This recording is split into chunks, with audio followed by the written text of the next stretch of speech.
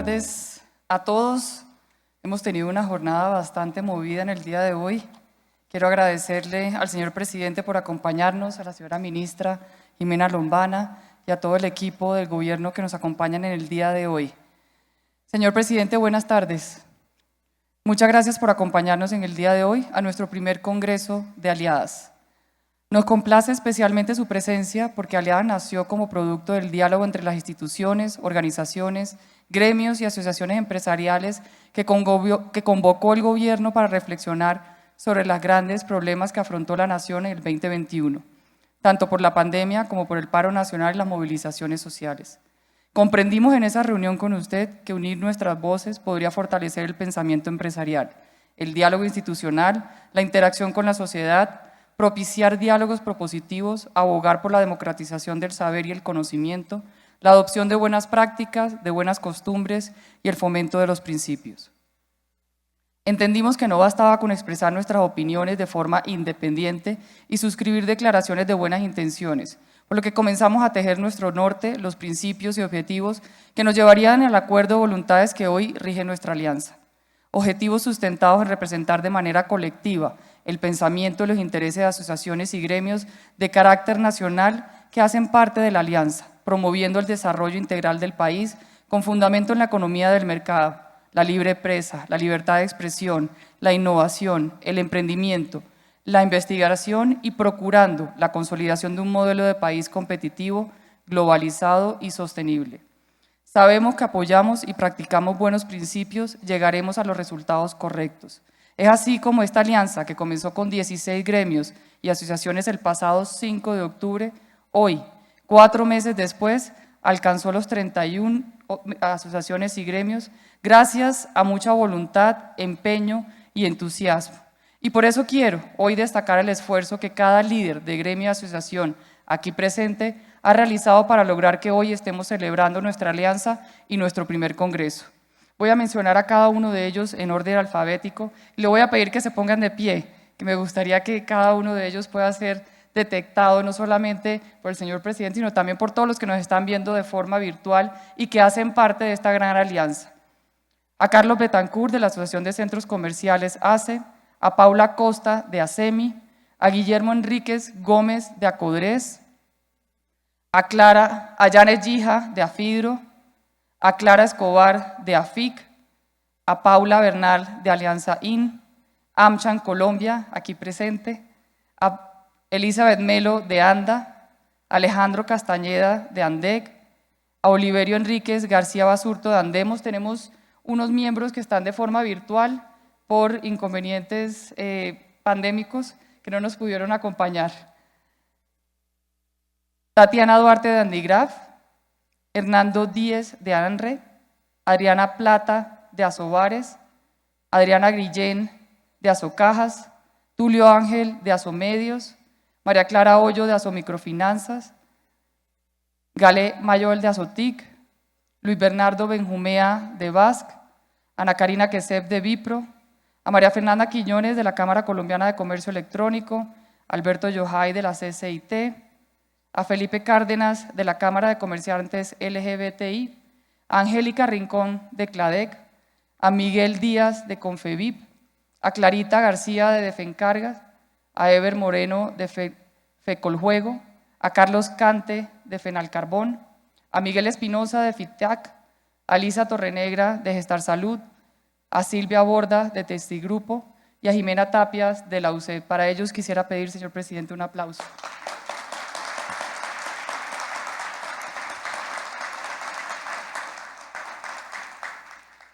Somos 31 gremios y asociaciones que representan a 6.000 empresas que generan más de 3.5 millones de empleo y que reflejan un pensamiento común, una nueva visión, un propósito firme y determinado para contribuir, sumar, siempre sumar. Este grupo ha dado un ejemplo increíble de cómo sí se puede alcanzar grandes acciones cuando se tiene el compromiso, la voluntad y la claridad para poder producir impacto para el bien común de nuestros empresarios. El momento actual nos exige cambios de paradigmas, nuevos modelos de desarrollo, visiones diferentes para una sociedad con más equidad, una sociedad que nos pide una reflexión sobre lo que estamos haciendo, de cómo lo estamos haciendo y qué es lo que necesitamos. Aliadas es una organización que se propone contribuir con entusiasmo y compromiso, y en nombre de todos nuestros empresarios, para la construcción de ese nuevo país que imaginamos próspero, equitativo e inclusivo. Tenemos la voluntad de extender puentes, estamos decididos a hacer lo que sea necesario para pasar del discurso a la acción, para facilitar las sinergias, sumar y contribuir, para que las empresas, motor de la economía y del bienestar nacional, tengan mejores razones y más facilidades para apostarle al país. En nuestro primer congreso hemos tenido un día muy intenso en el que hemos podido poner en discusión propuestas que hemos presentado por parte de los 31 gremios y asociaciones de aliada y logrado enriquecer cada una de ellas con los aportes de expertos y de nuestros afiliados. Estas propuestas están relacionadas con nuestra convicción que el futuro del país está alrededor del fortalecimiento empresarial, la generación de empleo, la inserción de la economía en las nuevas realidades y la puesta en marcha de políticas sólidas en materia de sostenibilidad y seguridad jurídica. Reconocemos los avances realizados por el Gobierno Nacional en cada una de las temáticas que hemos determinado como ejes de acción y buscaremos contribuir a su desarrollo en los años por venir, enfatizando, primero, talento, seguir evidenciando la necesidad de establecer acciones para una educación que logre ofrecer talento pertinente que aporte a la generación de empleo. Transformación digital, insistir en la prioridad que debe darse para incrementar la infraestructura tecnológica confiable y apoyar la transformación digital en todos los niveles empresariales. Sostenibilidad, trabajar en apoyar los compromisos adquiridos para el beneficio de todos los colombianos. Regulación y estabilidad jurídica. Como dicen, cada día trae su afán. Y en este caso no son días, son meses, años, necesidades, pandemias y oportunidades las que traen su afán. Desde Aliadas consideramos que las normas deben de ser actualizadas, mejoradas o cambiadas según la situación, en el contexto y la conveniencia nacional. Es indispensable que los cambios normativos estén plenamente justificados en su racionalidad y necesidad.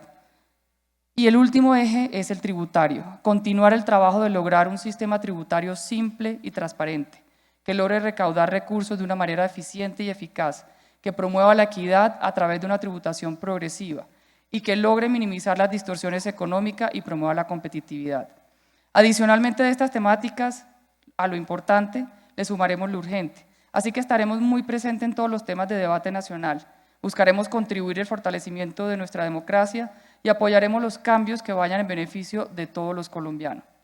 Nuestro propósito se podría resumir en una frase que mencionó el empresario Henry Ford, cuando dijo que unirse es el comienzo, estar juntos es el progreso y trabajar juntos es el éxito. Aliadas ya hace parte del presente y del futuro de Colombia y buscaremos ser parte de la suma y la multiplicación, nunca de la resta ni de la división. Muchas gracias.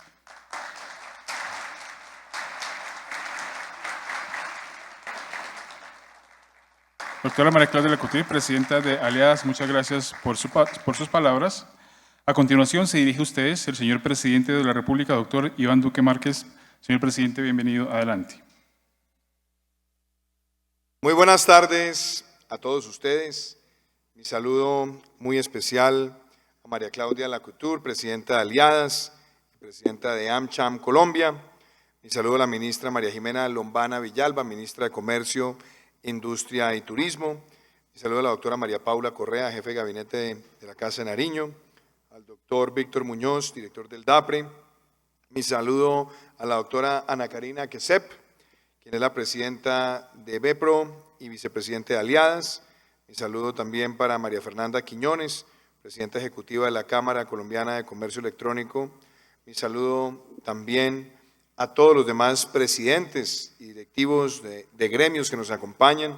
Saludo al doctor Hassan Nazar, y saludo al doctor Felipe Bayón, presidente de Energía de Colombia, Ecopetrol. No crea que le estoy cambiando el nombre, doctor Felipe, pero es la transición en la que soñamos. Mi saludo a Flavia Santoro, presidenta de ProColombia, y mi saludo muy especial a todos los amigos de los medios de comunicación. María Claudia, me llena de orgullo estar esta tarde acá y me llena de emoción cuando estaba leyendo los nombres de cada uno de los presidentes de gremio que integran Aliadas, que como su nombre lo dice, es una alianza y las alianzas son uniones, esfuerzos y trabajos con propósito. Y recuerdo muchísimo cuando hace casi un año estábamos pasando por momentos muy complejos y nos reuníamos en la Casa de Nariño y explorábamos cómo atender tantas realidades que se venían para nuestro país, empezando el año 2021, después de todos los dolores que le trajo al mundo la pandemia en el año 2020. Y recuerdo algo que fue muy diciente. Ustedes decían, este no es un gremio, esto realmente es un esfuerzo compartido y lo que queremos es, en la multiplicidad de todos los empresarios representados, conseguirle al país soluciones efectivas.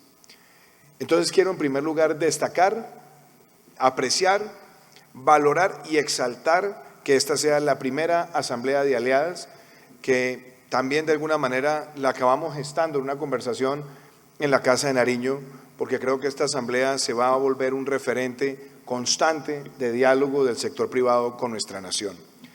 Y eso es lo que hoy quiero plantearles. Hoy no pretendo que tengamos una conversación tradicional con indicadores, con una serie de elementos de política pública. Quiero hacer una reflexión mucho más de fondo y tiene que ver con algo que es muy importante para la realidad de nuestro país y para la realidad latinoamericana. Y tiene que ver con la democracia, lo que significa la defensa de la democracia y lo que implica la defensa de la democracia. Hace muy pocas semanas empezó a distribuirse en Colombia, en la edición en español, el último libro de Moisés Naim, que se llama La venganza del poder. Y Moisés Naim habla de 3 P's que están atentando hoy contra la democracia. La primera es la posverdad, la segunda es el populismo y la tercera es la polarización. Y nosotros, porque tenemos una democracia antigua, fuerte, robusta, tendemos a pensar siempre que la democracia nadie nos la va a arrebatar, que nadie nos la va a amenazar. Y muchas veces la tomamos como algo dado y como algo asegurado. Pero hoy la realidad nos muestra que en el mundo esas 3 P's están causando un enorme daño. Y la posverdad empieza por la combinación de 2 elementos. Una frase, a mi modo de ver, detestable, y es la que dice: percepción es realidad. No importa lo que los hechos digan, no importa lo que la realidad diga, lo importante es la percepción. Y esa es la trivialización de lo que con la exponencialidad de las redes sociales se está convirtiendo en el prejuicio, el estigma y la captura algorítmica que lleva a que la sociedad se pronuncie de una forma u otra. Y es muy peligroso, porque una de las partes más importantes de una democracia es la libertad económica. Y esa posverdad se ha convertido en enemiga fundamental de las libertades económicas, invita constantemente a los países a las fracturas. Y entonces al empresario lo llama rico, al trabajador lo llama pobre y genera un combate casi que fratricida entre el uno y el otro, verbal, conceptual y de pensamiento, hasta que logran minar esa confianza que es tan importante en una relación simbiótica que solamente es favorable desde el punto de vista de la concepción misma de la empresa. Y esa posverdad es la que lleva muchas veces a que se siembre la idea del catastrofismo, del negativismo, y lo que es aún peor, empieza a generar cuestionamientos de confianza. Y eso no está muy lejos. Hemos visto países de América Latina, como por ejemplo el caso de Chile, con la mejor evolución de políticas sociales, con una transformación estructural de su aparato productivo, de beneficios para las clases trabajadoras, de reivindicación de causas sociales, y en esa batalla de la posverdad fueron generando en un sector de la población ese sentimiento de desesperanza, de catastrofismo, y sutilmente fueron sembrando unas fracturas y una pugnacidad que se vio agravada por otro elemento, que es la polarización. Porque la polarización sale de esa manipulación Y muchas veces países que creían que tenían alcanzadas muchísimas de sus grandes metas, terminan creando confrontación porque ya nadie se compara con de dónde venía, sino dónde están las aspiraciones, aun cuando ellas mismas puedan tomar tiempo en materializarse. Y tenemos todos que ser muy conscientes que en el mundo, esa manipulación algorítmica, ese manejo de información muchas veces a través de las redes, que crece viralmente y que después se vuelve difícil de controvertir, le ha hecho muchísimo daño a las libertades económicas y ha llevado a muchísimas estigmatizaciones de sectores. Y muchas veces la gente piensa, bueno, es que eso es con ellos, no es conmigo. Pero ahí es donde empiezan a salir los discursos. Que se acabe el petróleo es malo. Que entonces se acabe el carbón es malo. Que se acabe las empresas prestadoras de los servicios de salud, son malas. Y así empiezan a buscar una serie de enemigos en distintos sectores de la economía. Y después le dicen lo mismo al sector financiero o le dicen lo mismo al sector asegurador y empiezan a generar esas narrativas de percepción que terminan convirtiendo los sectores en enemigos de un sector de la población y ya nadie empieza a concebir la discusión racional. Porque por solo dar un ejemplo, si en Colombia mañana se acabara la industria del petróleo, el valor del galón de gasolina pasaría de 9.000 a 20.000 pesos y el precio del gas se triplicaría. Y eso sí que es inflación. Y eso sí que es afectar toda la cadena productiva y la pérdida de competitividad. Y lo que es aún más grave, se pierde la principal fuente de regalías para muchísimos departamentos que han sabido aprovechar la riqueza del subsuelo para enfrentar la pobreza del suelo. Y se afectaría la principal fuente de divisas, pero se afectaría también la capacidad petroquímica de producir nuestro asfalto y fertilizantes y otra serie de cosas, y nos convertiríamos en importadores netos de una serie de productos que encarecerían aún más el costo de vida en los fenómenos que vive el mundo. Entonces ahí es donde el sector privado tiene que pararse fuerte y reivindicar esas libertades económicas, porque a nadie lo eligen presidente para hacer lo que se le dé la gana, ni a nadie se elige presidente para sembrar y reconstruir toda una historia de una nación, porque para eso las evoluciones institucionales y democráticas es para saber reconocer que existen límites en la Constitución y la ley y que por supuesto hay que construir a partir de la evolución positiva de las políticas públicas. Pero ahí es fundamental que el sector privado tenga la solvencia, la entereza, la gallardía de mostrar que nadie puede estigmatizar las libertades económicas, porque la estigmatización de las libertades económicas son en sí mismas un enemigo esencial de la democracia. Y entonces viene la segunda P, la P del populismo. El populismo que cabalga siempre sobre el caos. Al populismo le conviene por esencia siempre vender catastrofismo. Y por eso a mí me llamó mucho la atención cuando empezaba la pandemia y en estos días que he estado reflexionando sobre muchas cosas que pasaron en el año 2020. Yo recuerdo muchas llamadas generosas de algunos sectores que me decían: presidente, lo acompañamos a usted con su decisión del aislamiento preventivo obligatorio, cuando habían sido tradicionalmente hostiles. Y yo por eso en ese momento le dije a los miembros del equipo: mucho cuidado, porque hay personas que les gusta apagar el motor para que nunca se vuelva a prender, porque después fueron los principales enemigos cuando se empezaba a hablar de la reactivación, y fueron los que vendieron el falso dilema entre la salud y la economía, o la salud y el empleo, cuando se ha demostrado en estos 2 años que esos dos elementos se requieren y que eso es lo que ha mostrado la fortaleza de nuestro país en medio de esta pandemia. Y viene además otra reflexión: ese populismo es el que empieza a vender soluciones de momento, buscando el aplauso, buscando la confusión inmediata. Y ese populismo le ha hecho mucho daño a otros países de América Latina. Y lo que es aún peor, termina muchas veces llegando a unos niveles de indiferencia donde hay quienes dicen, no, no importa, ese discurso nunca va a llegar y ese discurso jamás va a tener la posibilidad de voltear a la sociedad. Esos discursos de pan para hoy y hambre para mañana, que buscan cabalgar sobre las situaciones de dificultad, han deteriorado las economías en muchos países de América Latina y la demostración es que Venezuela lleva 20 años viviendo esa tragedia, que llegó en democracia, que se transformó en dictocracia y que hoy es una dictadura que aniquiló absolutamente todo.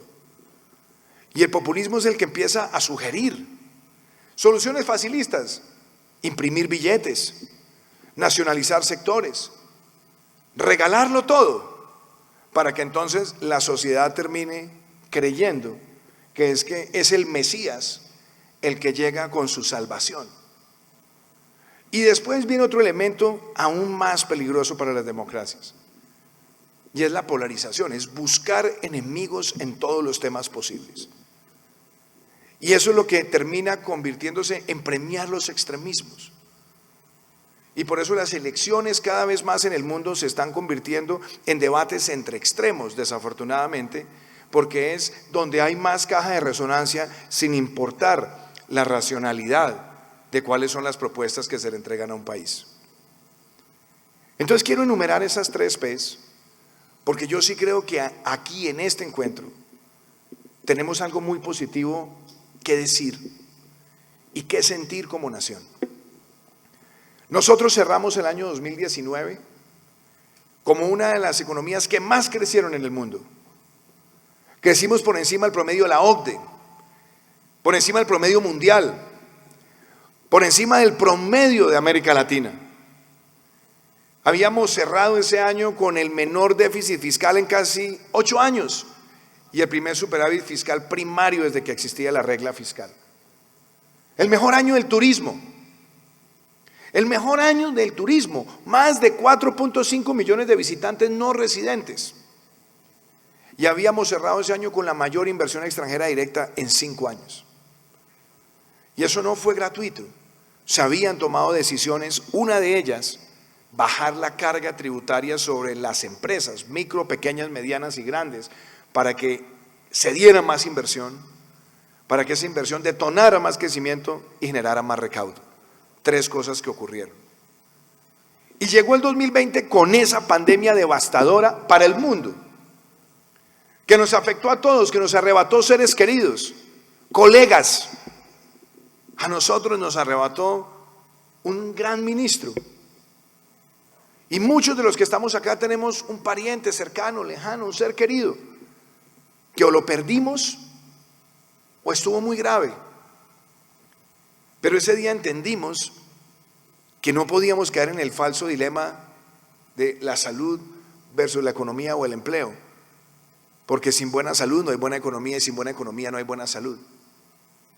Y logramos pasar por los momentos más azarosos, pero qué importante reconocernos como colombianos que duplicamos esas unidades de cuidado intensivo, que habilitamos más de 180 laboratorios, que fuimos capaces de reglamentar el pago a los residentes, que fortalecimos el recurso humano en salud, que desarrollamos un plan nacional de vacunación gratuito, masivo, seguro y equitativo, que al día de hoy nos permite tener más del 80% de la población con una dosis, más del 65% con 2 dosis, prontamente llegando al 70%, y estamos llegando casi a 9 millones de colombianos con dosis de refuerzo.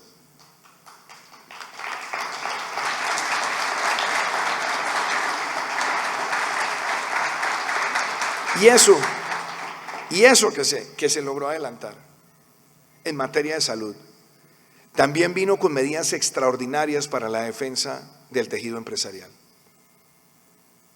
Año 2020, 2021 y parte del 22, para que lo tengamos muy presentes. Este país, por primera vez en su historia, en un momento de recesión, salió a subsidiar 40 o 50% de un salario mínimo legal mensual a más de 4 millones de trabajadores, muchos de ellos sus trabajadores, en un mensaje de acompañamiento total donde no hubo discrecionalidad, a quién sí, a quién no, no hubo un régimen de roscas, sino un régimen transparente a partir del PILA, donde se pudiera ver qué empresas habían afectado 20% o más de sus ingresos, y logró marcar un precedente de respaldo que quedará siempre en la memoria de nuestro país para atender circunstancias de emergencia. Que lo acompañó a haber lanzado un programa de garantías de crédito del 90%. De cada 100 pesos que pedían prestadas las empresas para enfrentar estas vicisitudes, 90 eran garantizados por el gobierno nacional. Y se creó una red de protección social que llegó a 3 millones de hogares. Hoy anunciamos que llega a 4 millones de hogares ahora a partir de marzo, y que se aumenta el monto también atendiendo la focalización de los más vulnerables, ingreso solidario, devolución del IVA, giros extraordinarios de programas sociales. Y yo lo puedo decir, en el balance general de todas las transferencias sociales que se han hecho en Colombia, ténganlo así de claro, el 50% de todas las transferencias económicas que se han hecho en Colombia, que tienen 2 décadas de vida, se ejecutaron en los últimos 2 años en nuestro país. Una demostración extraordinaria de política social, acompañada de la matrícula gratuita en la educación superior pública para los estratos 1, 2 y 3, y fuimos capaces de hacerlo. Y con ustedes, dialogando con ustedes, pusimos en marcha Compromiso por Colombia, el New Deal colombiano, lanzado el 20 de julio del año 2020, y que aceleró la inversión en infraestructura, que nos permitió avanzar en lo que llamábamos concluir para entregar el cruce de la Cordillera Central, 20 vías de cuarta generación que estarán inauguradas para agosto de este año, inversiones en la transición energética. Y todo eso sumado al esfuerzo de empresarios y trabajadores nos llevaron a lo que esta mañana veíamos con un gran orgullo, símbolo de la resiliencia de Colombia y de por qué las libertades económicas hay que defenderlas, y hay que defender al empresariado y su fraternidad con el trabajador. Hoy se anunciaba que Colombia fue la economía de la OCDE que más creció en el año 2021.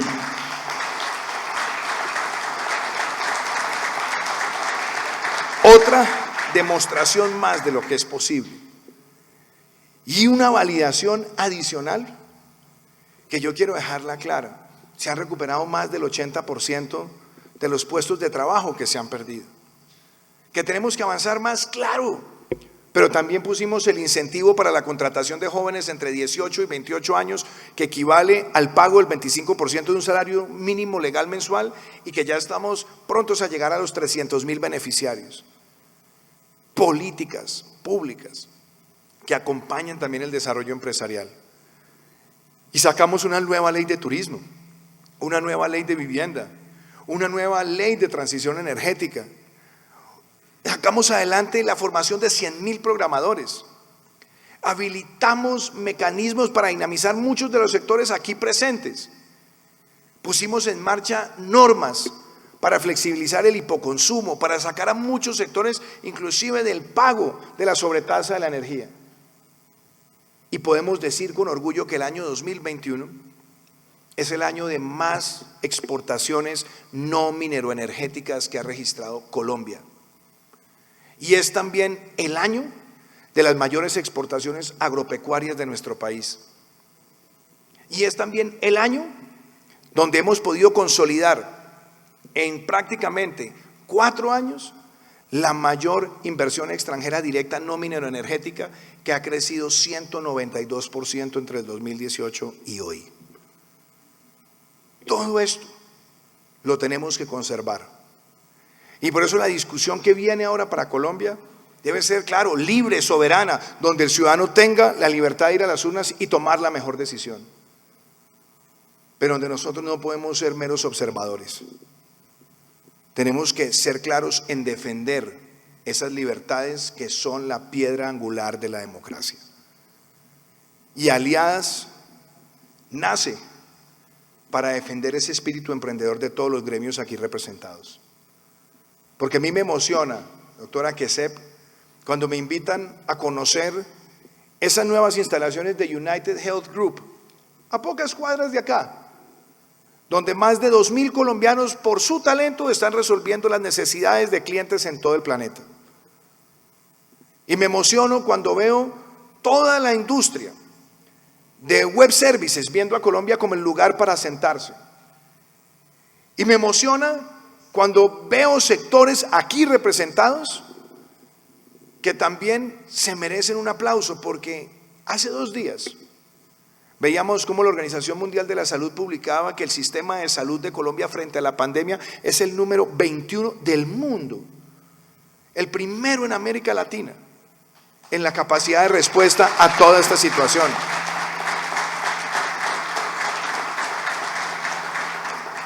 Y que sí, entendemos que el mundo necesita enfrentar la acción climática, es un deber. Y dijimos que vamos a hacer carbono neutro en el año 2050 y aprobamos de manera unánime en el Congreso la Ley de Acción Climática, y que hay que reducir 51% nuestras emisiones de gases de efecto invernadero para el 2030, y que el mundo avanza en la descarbonización. Claro, eso lo entendemos, pero entendemos que siempre debe existir un balance para que esta transición se haga ordenadamente, para que entendamos que tan importante es tener los hidrocarburos como tener las renovables, y que ese modelo funciona en países como Canadá, que son potencia en hidrocarburos, pero son potencia en renovables, que son potencia en desarrollo industrial, pero son potencia forestal, que tienen la capacidad de entender que la democracia es de equilibrios, no de imposiciones.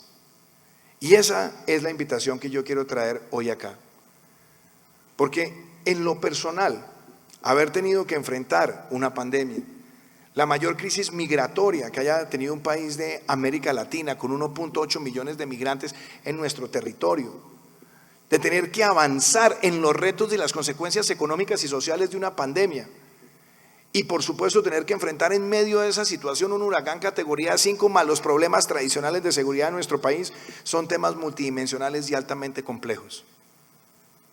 Pero eso no lo resuelve un presidente, lo resuelve una sociedad. Los enfrenta una sociedad, y la sociedad colombiana ha sido lo suficientemente resiliente para enfrentar entre todos esto y ser capaces de decir que, sabiendo que los retos existen, que las dificultades existen, le hemos demostrado al mundo que nuestro país sale adelante.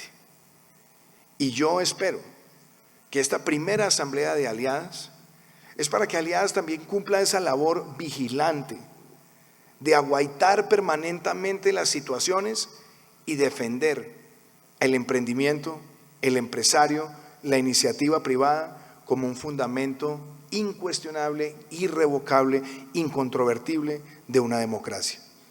Porque nadie en una elección puede sembrar el miedo en el sector productivo para que ese miedo se traduzca en el sometimiento, la genuflexión del sector privado a los intereses de ningún gobernante. Yo tengo la tranquilidad de decirles a ustedes que he gobernado defendiendo al sector privado, a la empresa, pero entendiendo porque el éxito de la empresa es el éxito del trabajador y el éxito del trabajador es el éxito de la empresa. Así que mi mensaje para ustedes, y con esto cierro, es decirles que Aliadas tiene aquí un aliado hasta el 7 de agosto y un aliado después del 7 de agosto, para seguir trabajando por la iniciativa privada, por la democracia y para que derrotemos al populismo, a la posverdad y a la polarización. Muchísimas gracias.